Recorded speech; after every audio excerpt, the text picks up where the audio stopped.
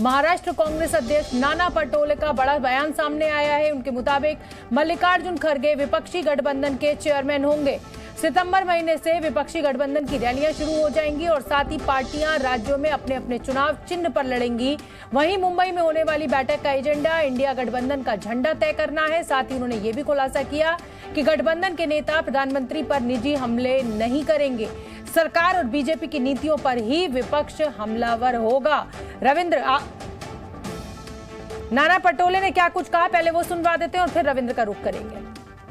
इस कार्य India alliance के मीटिंग में सोनिया जी, खड़गे जी और राहुल जी, ये तीनों आने वाले हैं और पूरी तैयारी एमवीओ के माध्यम से यहाँ पे की गई है।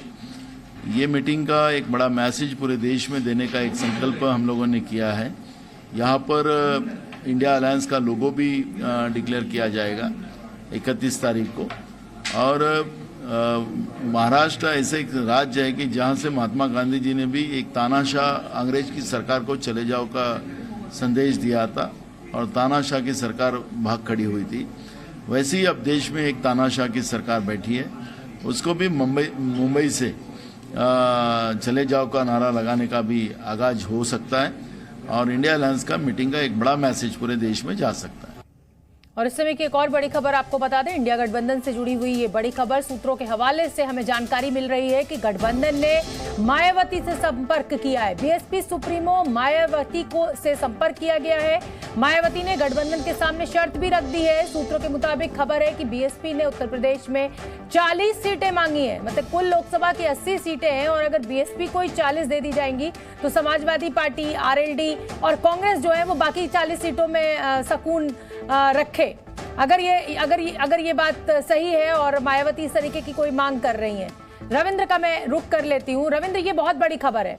एक तरफ तो इंडिया गठबंधन, ठीक है साहब, एक कॉमन झंडा बनेगा, अपने अपने चुनाव चिन्ह पर जो राजनीतिक पार्टियां हैं वो चुनाव लड़ेंगी, मोदी के ऊपर पर्सनल हमले नहीं होंगे, सिर्फ उनकी राजनीति पर या उनके काम करने की नीतियों पर हमला बोला जाएगा। लेकिन उससे भी ज्यादा बड़ी खबर ये बीएसपी से जुड़ी हुई है जो उत्तर प्रदेश से आ रही है। आपके पास क्या जानकारी है? बिल्कुल, देखिए INDIA के गठबंधन के जो सूत्र हैं उन्होंने ही बताया था कि मायावती से जम्मू कश्मीर के एक पूर्व मुख्यमंत्री ने संपर्क साधा गठबंधन की तरफ से और उनसे कहा कि आप INDIA गठबंधन में शामिल हो जाइए, आप सीटों का बंटवारा करिए, क्योंकि हम लोग चाहते हैं कि बीजेपी और मोदी सरकार को बाहर करने के लिए पूरे देश में लगभग 450 सीटों पर एकमात्र उम्मीदवार खड़ा करें या सिंगल उम्मीदवार खड़ा करें। ऐसे में उत्तर प्रदेश पर जो 80 सीटें हैं इसमें बहुत कुछ दावेदार आपके ऊपर है, आप हमारे साथ आ जाइए। तो मायावती, जो हमें जानकारी मिल रही है, 40 सीटों का उन्होंने कहा कि 40 सीटें हमें चाहिए, आप 40 सीटें दे दो, फिर हम उस पर तैयार हो जाएंगे। लेकिन उसमें ये कहा गया है कि मुंबई में जब चर्चा होगी इस पर तो 40 सीटों पर बात होगी, लेकिन गठबंधन की तरफ से मायावती को 40 में से आरएलडी को भी कुछ सीटें देने को कहा जाएगा और समाजवादी पार्टी अपनी तरफ से कांग्रेस को दे सकते हैं, यानी बीच का रास्ता निकालने की कोशिश होगी। और ये बिल्कुल 2019 की तरह होगी। आप देखिए कि 2019 में भी कांग्रेस, एसपी और बीएसपी तीनों कम से कम 2 सीटों पर चुनाव साथ लड़े थे, अमेठी और रायबरेली। बाकी सीटों पर 37 और 38 था, 38 एसपी लड़ा था और 37 बीएसपी। आरएलडी को 5 सीटें दी गई थी। तो कहीं ना कहीं कोशिश हो रही है कि वो गठबंधन 2019 का था उसे और व्यापक किया जाए।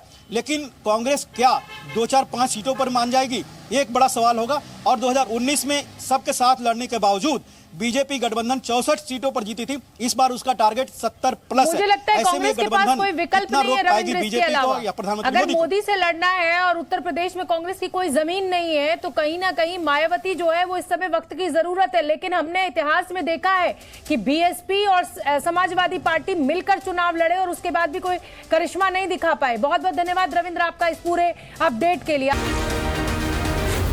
जी न्यूज़।